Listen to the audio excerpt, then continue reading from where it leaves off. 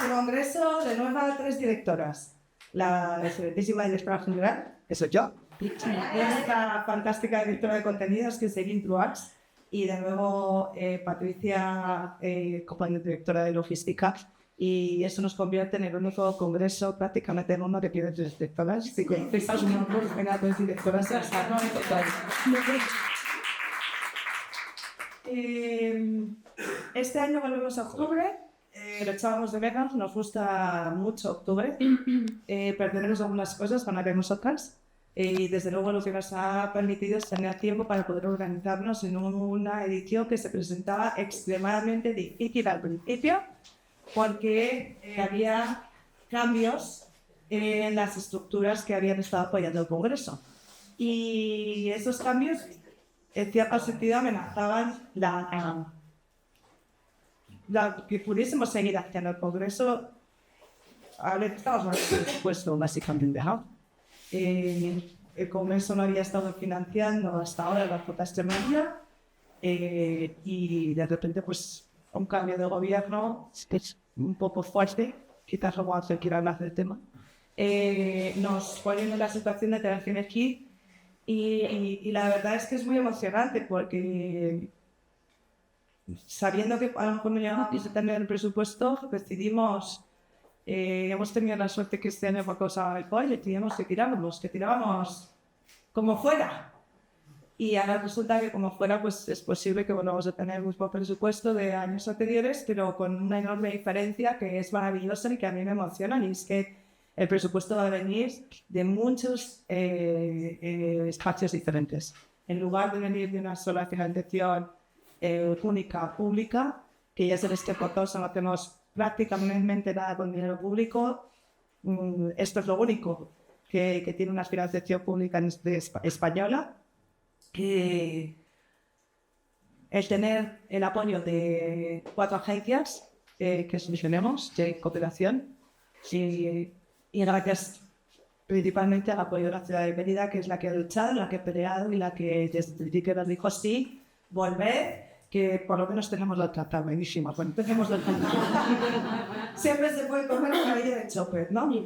Este año hay muchísimos cambios que os van a presentar en diferentes partes. Ya sabéis que en las presentaciones de abril nunca presentamos todavía demasiado el programa, pero en Linda viene con una idea clara. Y de hecho tenemos gente que nos acompaña, que forma parte de este programa.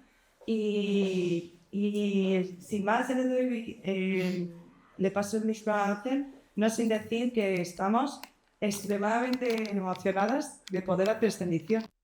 Y que creo que las cosas hay que valorarlas muchísimo, intensamente en la vida, porque nunca sabes cuándo se pueden parar. Entonces de repente fue como, oh, Dios mío, a lo mejor nos quedamos sin congreso y nos volvimos locas. Y aquí estamos otra vez. Y Ángel. Cuidado con este que es el micro. Gracias. Es bonito volver aquí. Dejarme que lo plantee también en estos términos de afecto, porque así hemos entendido siempre un poco la política de nuestra ciudad. Un ejercicio de redistribución de elementos materiales, de oportunidades, pero sobre todo también de afectos. Decía antes Patricia, la otra directora, esa idea de vuelve la familia de Mérida. Objetivamente no hay nada más sano que una ciudad pueda construir su identidad, ¿verdad, Eileen?, a base de compartirla y de hacerla crecer gracias a los demás. Mérida es migraciones. Mérida es una identidad múltiple, sujeta a un mestizaje histórico, desde el 25 a.C. que se funda hasta el día de hoy. Sabíamos que iba a ser muy difícil. Decía Lula, porque ella tiene la responsabilidad de ser educada, que había irrumpido un cambio de gobierno en nuestra región. No, no es solo una irrupción. El fascismo ha llegado a las instituciones de la Junta de Extremadura. Y yo no tengo por qué ser sutil a la hora de contar esto. Una de las cooperaciones que se habían construido con mayor potencia, con mayor identidad, que era la Agencia Extremeña de Cooperación, está siendo desmantelada. Y otras muchas políticas redistributivas que son importantes para nosotros como pueblo extremeño. Pero Mérida se ofrece a seguir siendo la alternativa. Y por eso estamos en Madrid, Por eso hemos venido a presentar hoy este congreso que para nosotros es tan fundamental. Porque, insisto, no es solo una construcción de identidad que hace nuestra ciudad abriéndose y enriqueciéndose con los demás, es una identidad que nuestra propia ciudad se crea sobre sí misma a base de enarbolar banderas, hoy más importantes que nunca. Y Mérida se focaliza y quiere ser una referencia en la gestión decente de las migraciones y en cómo contamos las migraciones desde paradigmas periodísticos decentes, honestos y, sobre todo, contemporáneos que nos ayuden no a ir al rebufo de nadie, sino ser capaz de construir identidades favorables, construir identidades que no dejen a nadie fuera. Compañeras, compañeros, lo vamos a pasar bien. Eso no le cabe duda a nadie. Nos lo vamos a pasar bien, porque somos capaces de construir, como digo, esas ideas colectivas de una manera agradable. Pero yo quiero que, cuando volváis, mira, había una cosa que leí el otro día de Juanjo Millás, que les recordaba a Mamen el otro día en otra cosa que hicimos, la Declaración de Mérida, una iniciativa que hemos promovido a lo largo de muchos años donde obligamos o instamos a la cooperación internacional a que interfiera, a que mezcle, a que inserte dentro de sus políticas la política LGTBIQ. La hemos generalizado en más de 59 administraciones públicas españolas y hay muchos países que se están adhiriendo a esa Declaración de Mérida. Cuando celebramos ese congreso hace unos meses, hace una semana, planteaba una cosa que decía Juanjo Millás de, veréis qué simple es de entender. Uno es, Patri, donde vuelve a celebrarse. Una es de donde vuelve a celebrarse. Y si lo pensáis es así. Cuando te pasa algo positivo, cuando te pasa algo que realmente te emociona, rápidamente tiras de madre, de abuela, de abuelo. Yo quiero que Mérida sea, porque es lo que nuestro alcalde se ha propuesto, ese lugar donde año tras año vosotros volváis a celebraros con orgullo, a celebraros con orgullo del trabajo colectivo y a celebraros de momento en ese espacio de resistencia, que hasta hace un ratito, y os lo digo así de claro, hasta hace un ratito estábamos negociando con la última administración pública que se ha adherido a financiarnos, que es la Diputación de Badajoz. Hemos unido las administraciones que todavía quedan progresistas en Extremadura para intentar paliar ese golpe de fascismo que ha llegado a nuestra Junta de Extremadura. Solo unos minutos. ¡Qué bueno! ¡Magia! Bueno, pues... No me digas que no es precioso, o sea, de haber un solo logo a ver tres. A ver, tres. Oye, nada nos va a hacer... La misma cantidad de pasta, poco menos. Bueno, nada nos va a hacer a nosotros más orgullosos de haber sido capaz de poner a estas tres administraciones juntas de acuerdo. Sí, se puede, claro que se puede, cuando el objetivo es decente, claro que se puede. Solo queremos, y hasta aquí llego yo, porque después de escuchar a la maravillosa y amiga Raquel, intentaremos volver a Mérida a tiempo. No tenemos grandes infraestructuras, pero vamos a volver hoy. Solo queremos que recordéis eso de que Mérida es ese lugar al que siempre podéis volver a celebraros, a celebrar vuestra identidad, a celebrar nuestras luchas compartidas y a celebrar la decencia de lo que significa el derecho a migrar, sea por voluntad, sea por obligación, sea por lo que sea. Yo quiero añadir una cosa. Aparte de que hay más logos, porque hay más gente, estos son los autonómicos, que son los regionales, que es un orgullo, pero quizás Pablo puede apretar. Pobre Pablo. Un fuerte aplauso para Pablo. Este año es tan bonito lo que ha pasado que también nos apoya la Agencia Vasca de Cooperación. Y pensaréis, ¿y por qué os apoya la Agencia Vasca de Cooperación? Porque les parece que lo que hacemos está muy bien. Entonces, extremadamente agradecidas de que se reconozca el trabajo del Congreso durante estas 7 ediciones y luego, como siempre, el European Press Prize estará presente para darle ese toque folclórico festivo internacional que siempre agradecemos tanto, con gente que habla y que a veces no entiendes, y no es porque estés borracho. Y quiero cerrar diciendo que para aquellas personas, para aquellas periodistas y periodistas que nos estén viendo, de verdad, este año venir a Mérida es un acto de rebeldía. Y necesitamos ese tipo de actos. Ya no es simplemente ir a pasárselo bien, ya no es simplemente ir a hablar de periodismo de migraciones, que siempre lo hemos hecho, sino que también es un acto de rebeldía. Para nosotros hacer el Congreso este año es un acto de rebeldía también. Así que muchas gracias y Y creo que ahora Patricia nos va a hablar de cosas fascinantes muy rápido antes de que empiece el conversatorio de Lini y Raquel.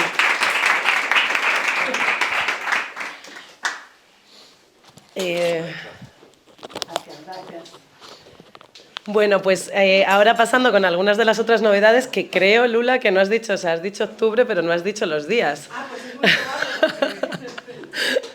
Bueno, el congreso este año será el 9 y 10 de octubre, miércoles y jueves, ¿vale? 9 y 10 de octubre de 2024, en el Centro Cultural La Alcazaba, de la ciudad de Mérida, la casa que nos ha acogido desde el inicio, así que ahí estaremos de nuevo. Y dentro de las novedades, además de las novedades en torno a las nuevas socias y socios con los que contamos, este año también vamos con una nueva imagen, ¿vale? Hemos decidido darle frescura y darle un toque nuevo a la imagen que venía teniendo el Congreso, también con esta idea de darle la fuerza que creemos que necesita un evento así y también de mostrar la renovación. Y aquí también voy a dar paso a nuestra compañera Salini Arias, que no está aquí con nosotras hoy porque vive en Berlín, pero que además de haber coordinado a un grupo de... Ahí está Sali. Va con retraso seguramente un poquito, porque el internet está despacio. Bueno, pobre Sali. Bueno, Salini, además de haber coordinado el trabajo del equipo de personas que de manera voluntaria, que ha sido un grupo de alumnas y alumnos del Instituto Europeo de Diseño, que han trabajado con Sali en el desarrollo de esta nueva imagen y de un nuevo logo, ¿vale? Además de tener un nuevo cartel, tenemos un nuevo logo precioso. Y ese ha sido fruto del trabajo de los alumnos que Sali ha coordinado junto al equipo del Congreso. Además de esto, Sali este año es responsable de la comunicación de redes sociales del Congreso de Mérida, así que hace doblete y forma parte también de la familia de Por Causa desde hace mucho tiempo. Sali, ¿nos escuchas? ¿Puedes...? Ayúdame. No, por favor. Muy bajito, muy bajito. Es el ordenador, sí, es allí. Estamos en ello, Sali. Te escuchamos muy bajito, pero te escuchamos. Bueno, el reto de hoy era la parte técnica. Total. Esta sala nos encanta para hacer este tipo de actos, pero es verdad que a nivel técnico nos presenta más desafíos.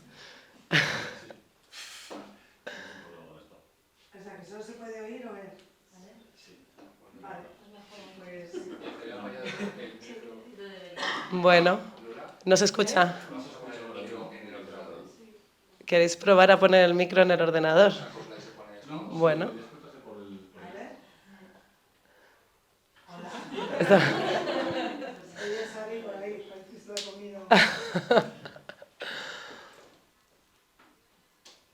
Si no pasa nada, confía plenamente en Patricia para que lo presente. Sí, podemos. Ahora. ¿Ahora? A ver. Súbele el volumen, que está bajita la barra. Da igual. Da igual, bueno. Pero Sali, estás guapísima, ¿eh? No, es que no se escucha por ahí. Pues vamos a dejarlo. Bueno.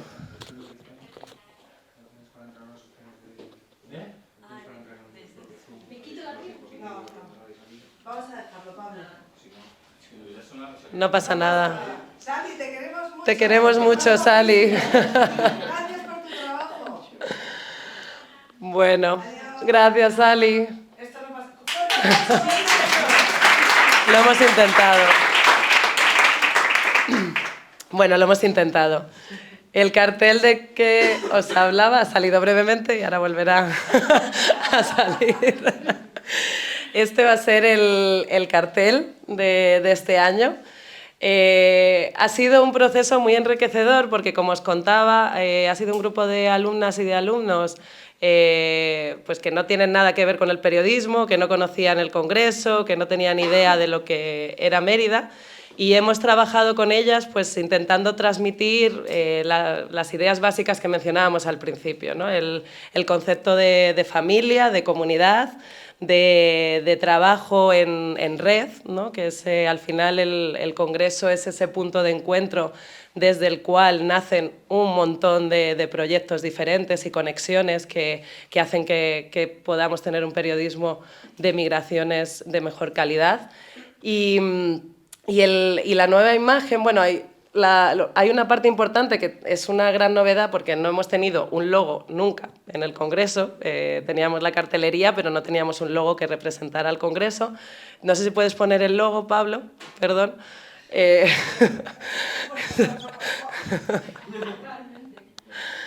Además del cartel, que será adaptable y que lo iremos utilizando, el logo, el de la mariposa, estaba en Slack. Bueno, si no, no pasa nada. Si no, amplía zoom allá arriba, a la derecha, y ya está. Eso, perfecto, ya está, sí está perfecto. Bueno, pues el logo que veis ahí arriba a la derecha está inspirado, bueno, dimos muchas vueltas a la idea, ¿no? De cómo unimos migraciones y periodismo y cómo también hablamos de la circularidad y de esta creación de comunidad que os mencionaba. Y al final las alumnas del Instituto Europeo de Diseño nos presentaron esta idea de utilizar la mariposa monarca. Bueno, que es un símbolo en sí mismo de las migraciones en muchos otros eventos, ¿no?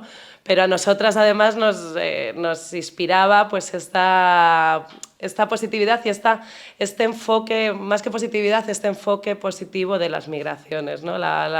Nos contaban las alumnas, la mariposa monarca pues, hace un recorrido migratorio de más de 4.000 kilómetros desde Norteamérica, desde Canadá hasta los bosques del norte de México, y esta idea, o sea, lo hace para polinizar, lo hace para crear a lo largo de su recorrido, ¿no? Y para nosotras las migraciones pues, representan esta riqueza y este enfoque positivo. Y por eso, pues bueno, tenemos la mariposa monarca, que ahora no se aprecia, pero bueno, tiene unas hojas de papel de periódico en las alas en lugar del diseño habitual, y el circulito que veis alrededor es el guiño y el homenaje también a Mérida. Si lo vemos más de cerca, son baldosas que imitan a una calzada romana y están en círculo, pues también hablando de esta circularidad y de esta idea de englobar a la comunidad en un solo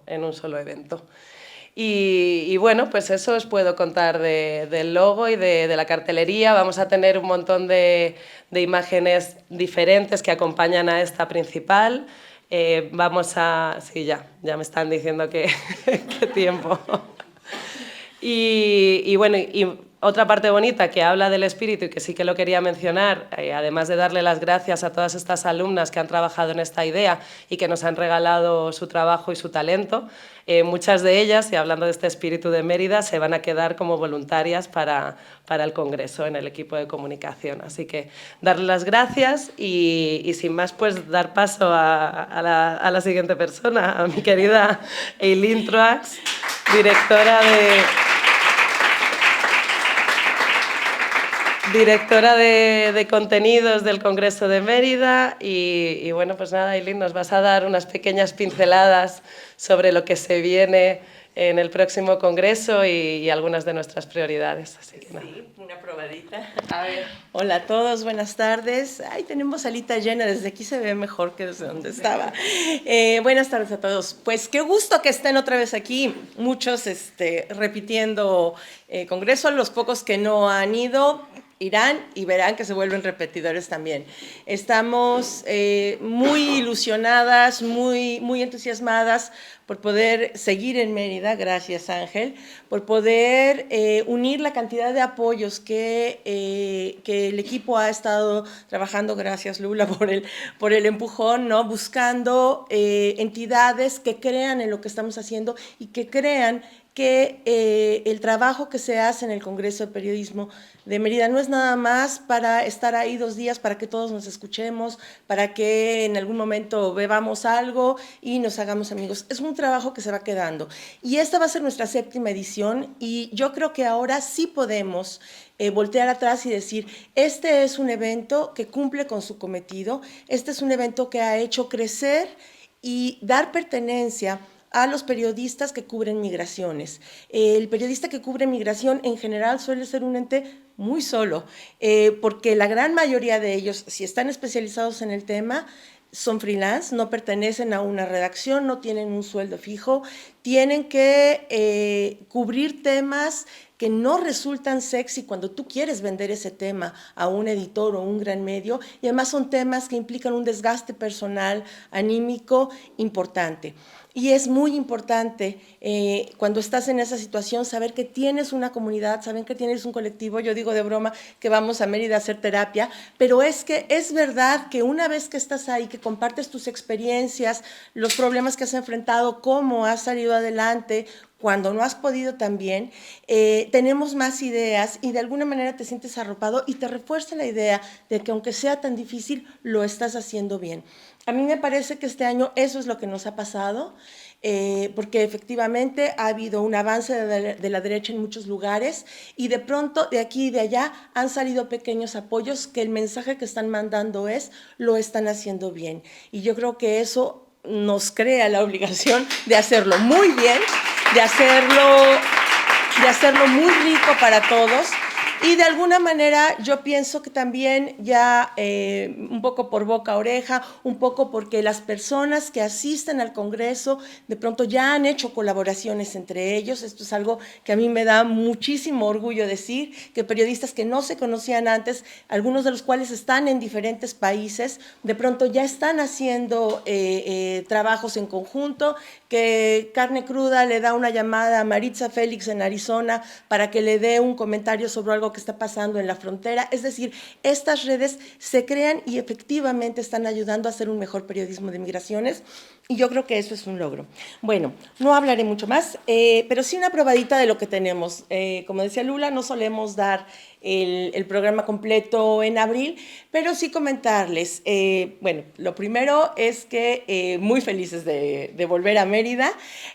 Durante todo el año hay gente que nos pregunta, ¿ya viene Mérida otra vez? ¿Ya viene Mérida otra vez? Yo lo decía en la clausura del año pasado. No nos preguntan, ¿ya viene el Congreso otra vez? Siempre es, ¿ya viene Mérida? Bueno, sí, viene Mérida otra vez.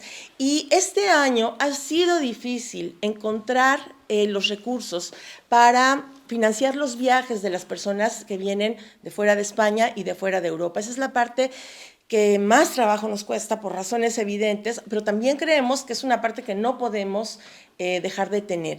Este año, a mí, ante la adversidad en términos financieros que hemos enfrentado, me ha conmovido mucho la cantidad de gente de América, particularmente, que me ha escrito para decir, yo quiero estar ahí y yo voy a ver cómo lo hago. Y tenemos 3, 4, 5 periodistas en este mismo momento escribiendo cartas a organizaciones que han financiado sus trabajos para decir, quiero ir a hablar sobre mi investigación a Mérida, págame el boleto de avión, ayúdame a hacerlo. Es decir, hay gente que quiere venir y que va a encontrar una manera de hacerlo porque sabe que es importante estar.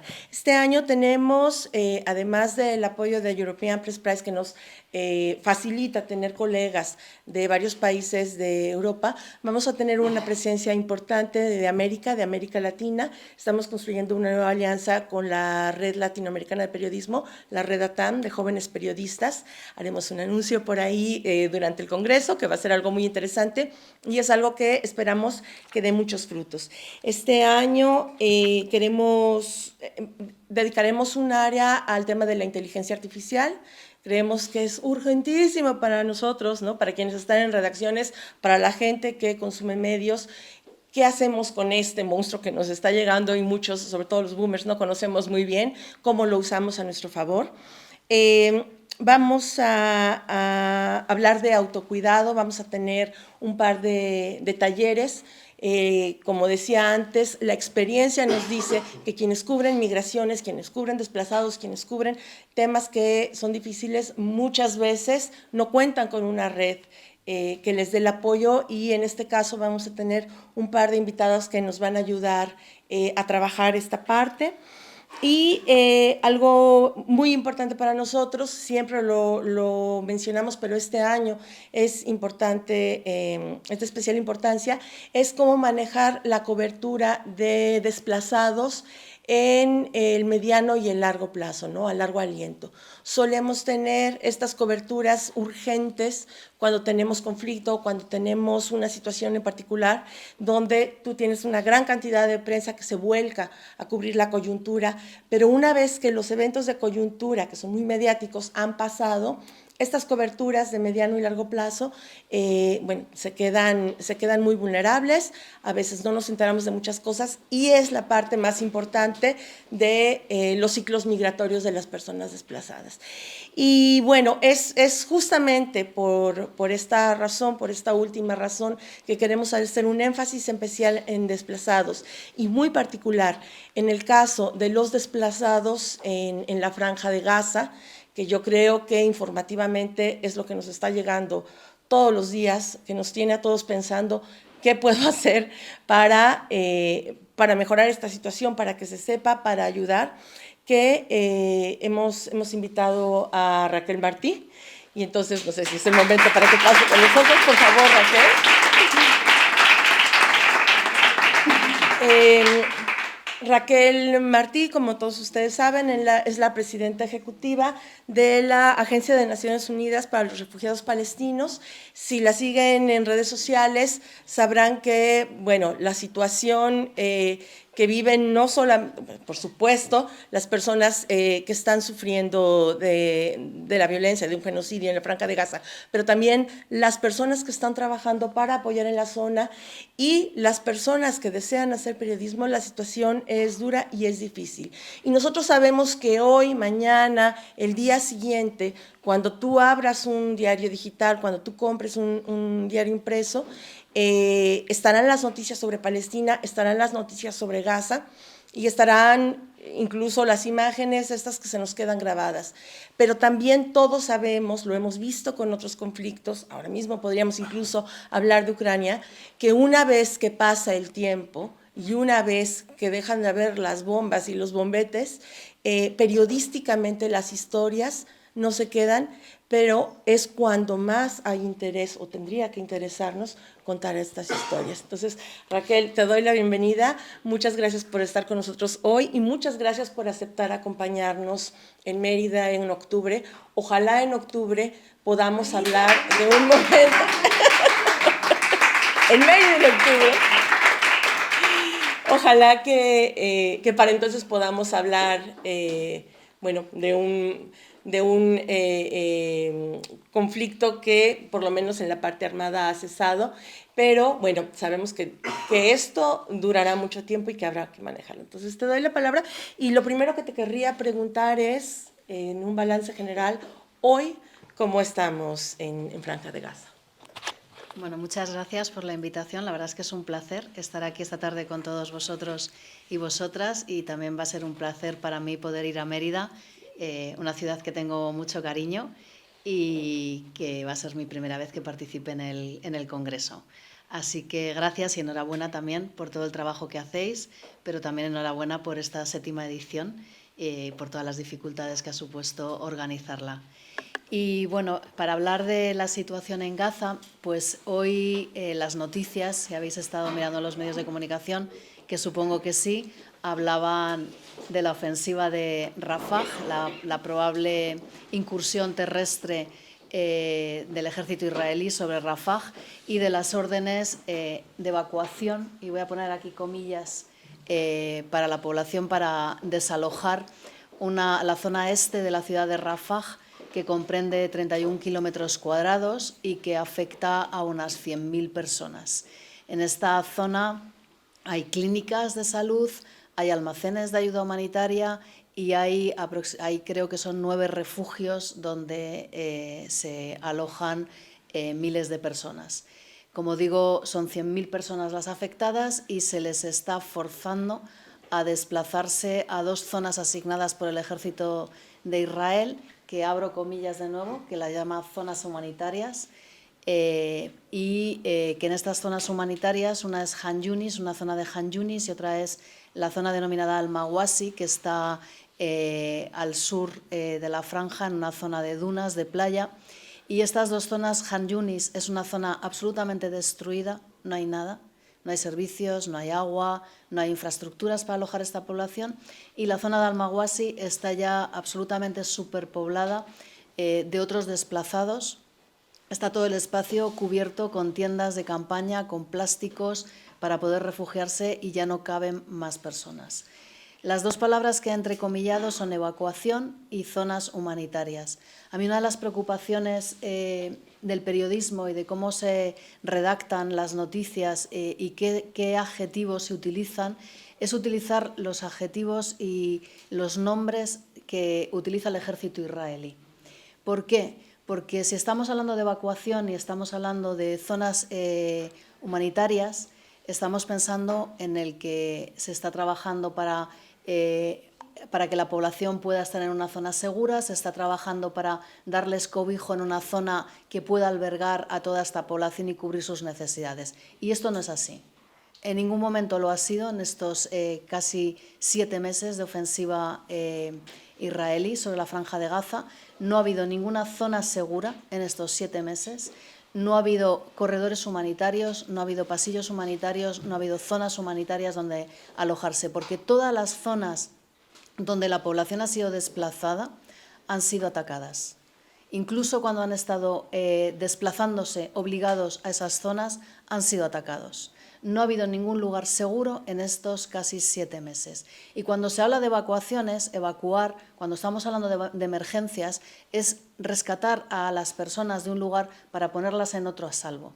Y esto no es así. Se les está forzando a desplazarse, se les está obligando a dejar los lugares en los que se encuentran. Y esto es una violación del derecho internacional humanitario. No se puede desplazar a la fuerza a nadie.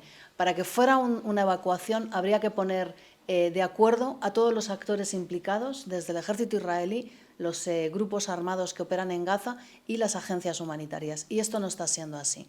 Entonces, cuando yo veo los titulares, cuando escucho a los medios de comunicación decir se está evacuando a la población y se les está llevando a zonas humanitarias, se me ponen los pelos como escarpias, porque realmente no está pasando eso. Y es una forma de comprar la narrativa israelí para que nos quedemos todos tranquilos de que se está poniendo a la gente a salvo. Volviendo, y perdonad este inciso, volviendo a la situación en terreno, ¿qué significa este desplazamiento? ¿Qué significa esta incursión terrestre en Rafah? Pues va a significar de producirse una catástrofe humanitaria mayor de la que hemos visto ahora. Va a ser probablemente un baño de sangre, va a ser una carnicería. ¿Por qué? Porque en Rafah ahora mismo se hacinan 1,5 millones de personas. La Franja de Gaza tiene 2,2 millones de personas, con lo cual la inmensa mayoría se encuentran en Rafah. 600.000 son niños y niñas, las personas más vulnerables, y no tienen forma de escapar de Rafah. Los más afortunados tienen algún vehículo, algún coche, carros tirados por burros, pero muchos de ellos van a tener que hacerlo andando. Esta mañana una compañera me comentaba la preocupación que tienen muchos de nuestros trabajadores porque tienen familia, abuelos, padres mayores y no saben cómo les van a poder sacar de Rafah porque no tienen medios para hacerlo. Por otro lado, deciros que en estos lugares humanitarios, zonas asignadas, no hay agua, no hay clínicas, no hay refugios, no hay comida, no hay absolutamente nada. Y es donde se les está obligando a desplazarse. Además, no hay alimentos en la Franja de Gaza y esto es lo que ha provocado que estemos casi al borde de una hambruna. Tengo que decir que en Rafah operan 2 cruces por los que entra todos los productos humanitarios que están entrando ahora mismo en Gaza. Si se cierran, Habrá que esperar a ver si Israel va a abrir otros cruces y de no hacerlo se va a quedar toda la Franja de Gaza sin ayuda humanitaria. Opera el cruce de Rafah y el cruce de Kerem Shalom. Por el cruce de Rafah entra el combustible y a día de hoy todo en Gaza funciona con generadores eléctricos y con combustible, porque no hay otra electricidad. Si no entra combustible, porque se cierra Rafah, no va a funcionar nada dentro de la Franja de Gaza. Y cuando digo nada, son los pocos hospitales que quedan operativos, las plantas de desalinización de agua, porque como os decía, no hay agua dentro de Gaza, con lo cual lo que están haciendo es desalinizar el agua del mar para poder beberla. Y la distribución, los camiones, la distribución de la ayuda humanitaria, todo funciona con combustible a través de generadores. Si cierran los cruces de Kerem Shalom y de Rafah, nos vamos a quedar sin combustible. Por otro lado, en el sur de Gaza, en Rafah, están los almacenes, la base logística de UNRWA. UNRWA es la agencia más grande de Naciones Unidas que opera en Gaza. Es donde va a parar en sus almacenes toda la ayuda humanitaria que entra por Kerem Shalom y por Rafah, y es allí donde desde allí se distribuye a toda la Franja de Gaza.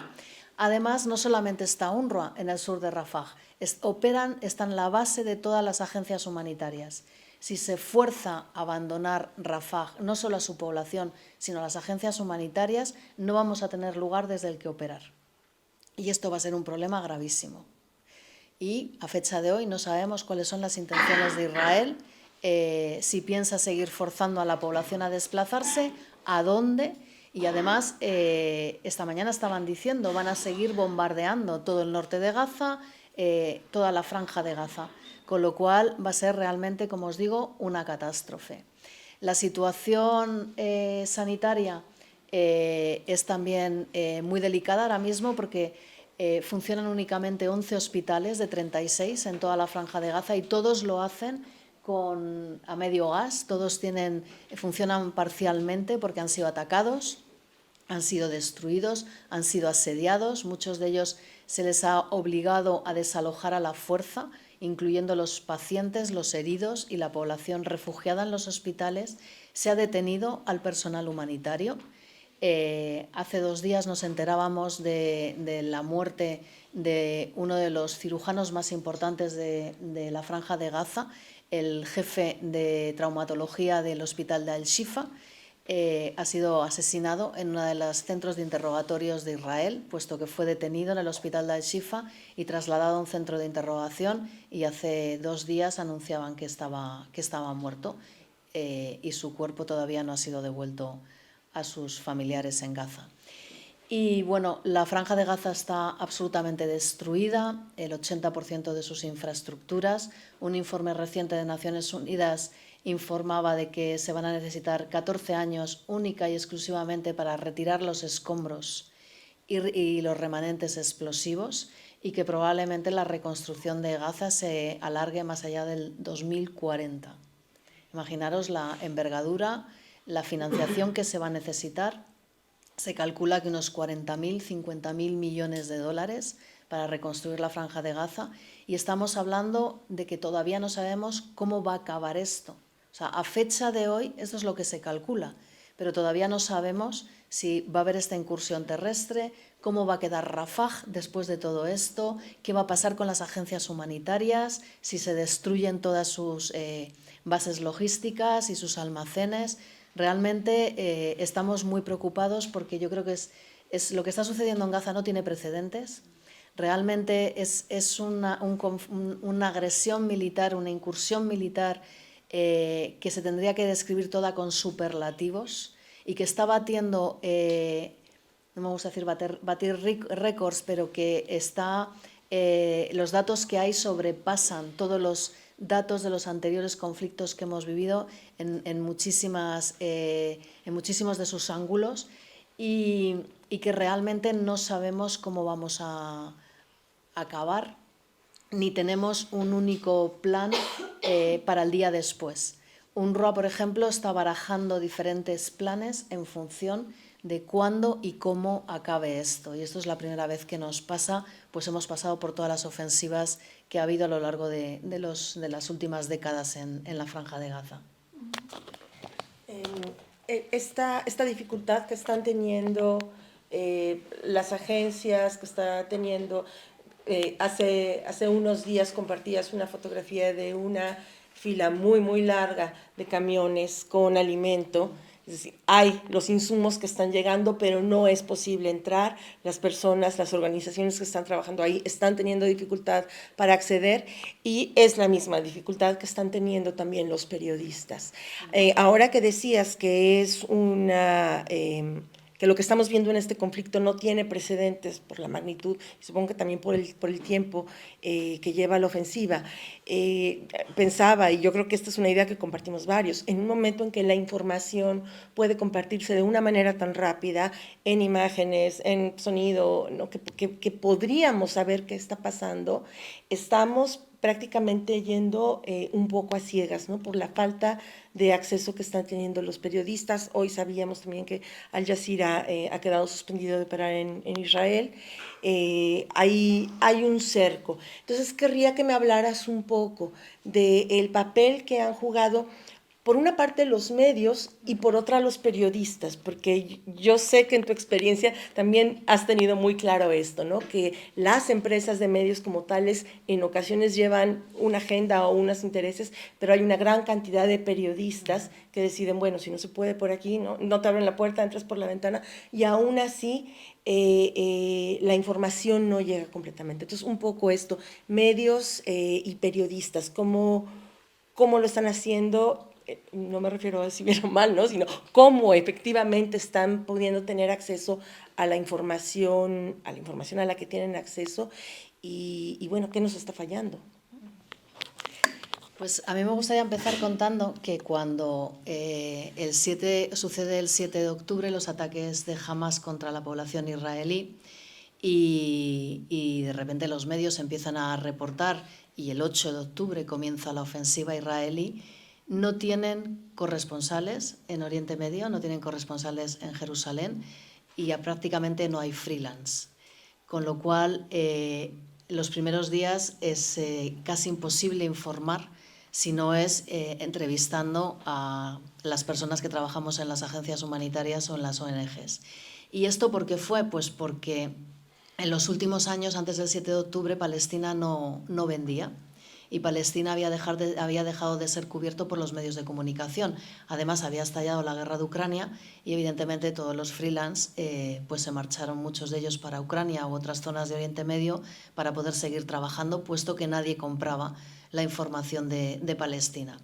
Y esto creo que realmente lo notaron los medios de comunicación cuando se dieron cuenta que no tenían a quién llamar ni a quién comprar las crónicas sobre lo que estaba pasando en Gaza. Poco a poco es cierto que hay cientos de periodistas buenísimos en la Franja de Gaza, locales, y poco a poco comenzaron a contactar con ellos y hoy en día yo creo que tienen bastante información y bastante buena cobertura. Desafortunadamente han sido un objetivo los periodistas locales desde el inicio de la ofensiva. Han asesinado a 140 periodistas a lo largo de estos casi 7 meses. No solamente algunos de ellos, 20 y tantos de ellos realizando su trabajo, sino muchos de ellos también en sus casas con sus familias y todos ellos dicen que son objetivo, ¿no? Tenemos la historia del periodista Al Jazeera, que asesinaron a su familia entera, primero a su mujer con sus 2 hijos pequeños y luego más tarde a su hijo mayor. Le queda únicamente una hija en la Franja de Gaza. Él incluso ha sido herido estando informando. Asesinaron a su cámara y a él le hirieron en la mano. Y hace poco estaba en Valencia recibiendo un premio de periodismo. Y esto es uno de los ejemplos, ¿no? Hay cientos de ellos que han pasado por la misma situación. Israel ha prohibido la entrada de los medios de comunicación internacionales. Y esto es algo que habría que preguntar a Israel por qué. ¿Por qué no permite entrar a la prensa internacional? ¿Por qué ha atacado a los periodistas locales?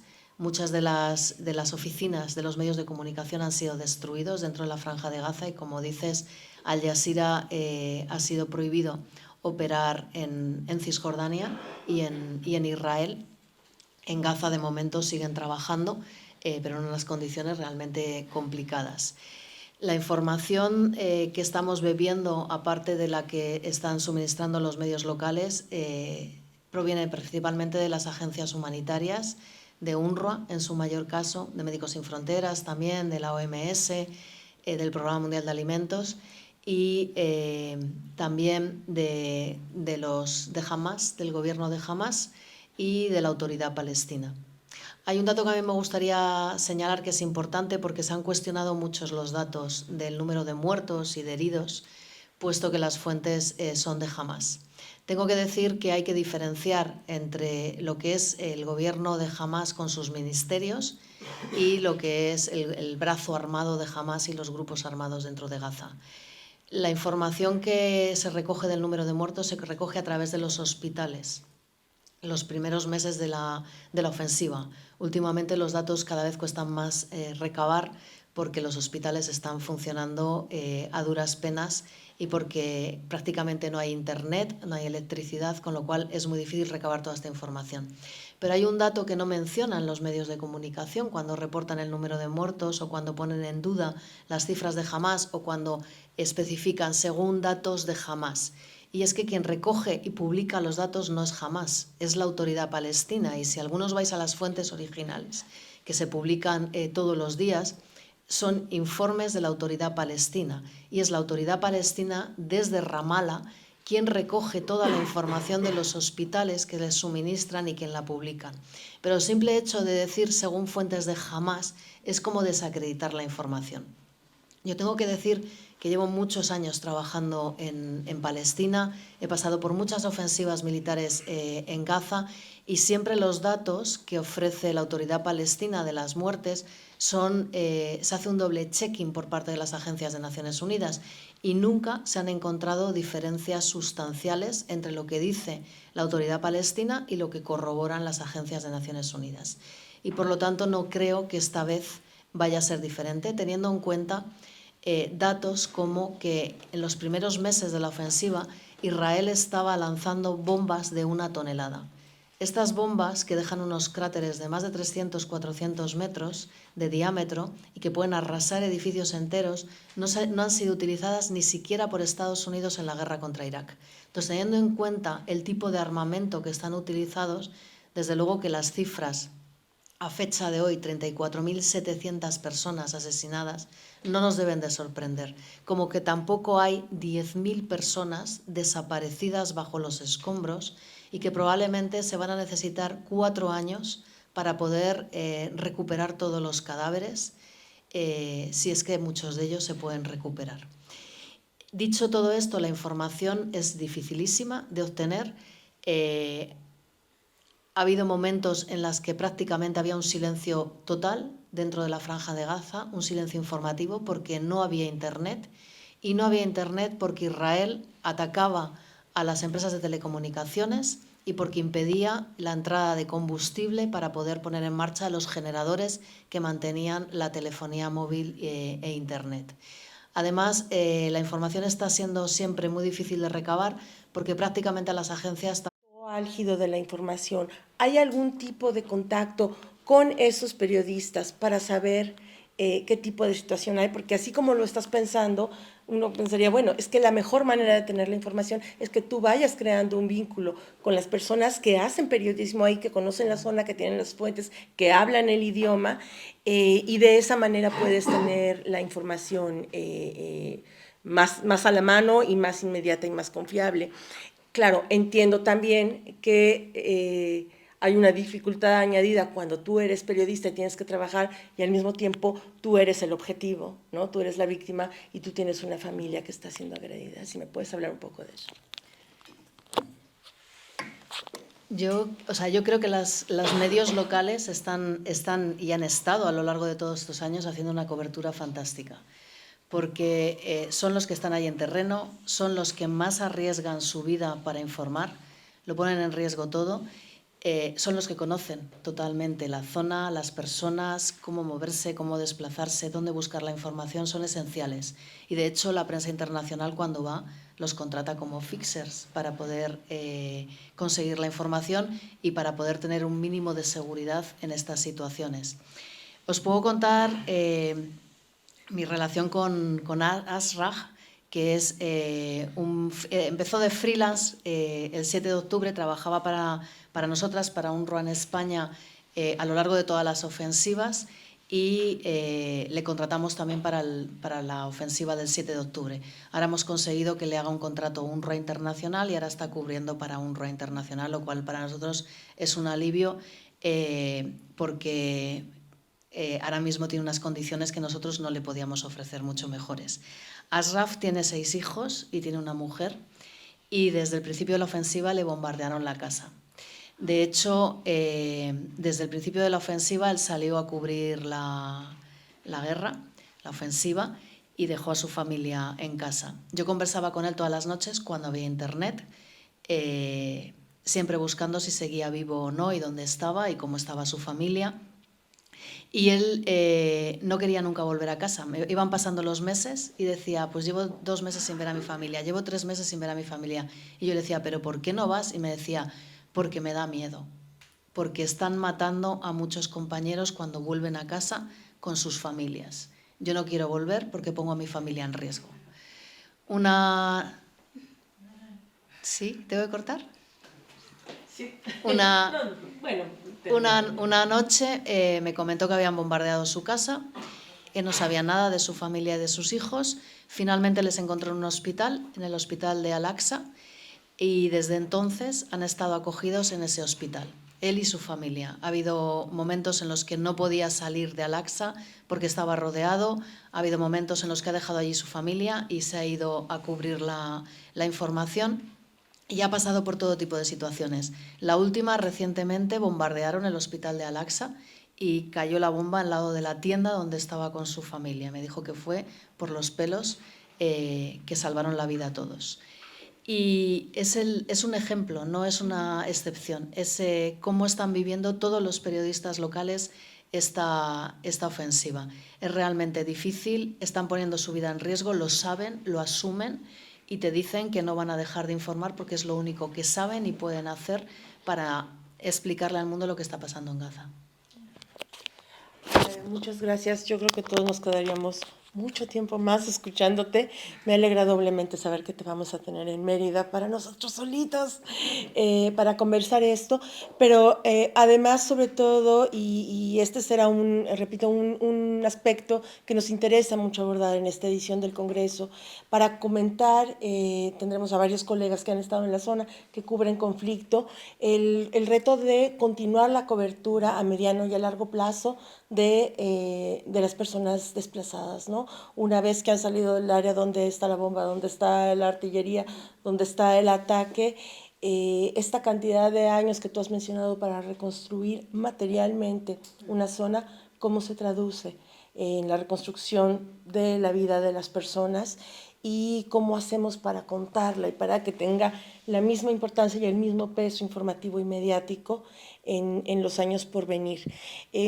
Muchas gracias por acompañarnos, por tu claridad y también por el trabajo que haces. Yo creo que todos, y sobre todo quienes estamos en el periodismo, reconocemos que quienes están ahí haciendo la labor que hacen agencias como la tuya, también están poniendo el cuerpo en esto, y yo creo que lo apreciamos doblemente. Y bueno, sin más, pues tenemos Congreso de Mérida, 9 y 10 de octubre, nos vemos todos ahí, espero que seamos más, cada vez somos más, nos veremos ahí, hablaremos de mucho periodismo, compartiremos historias, compartiremos secretos, y sobre todo crearemos red, porque hay cosas que están avanzando que no nos gusta que avancen, pero yo creo que este congreso y esta organización es una prueba de que sí podemos resistir, de que nuestras redes son fuertes y aguantan, y lo pondremos a prueba una vez más. Nos vemos en Mérida en octubre. Gracias a todos. Gracias por causa.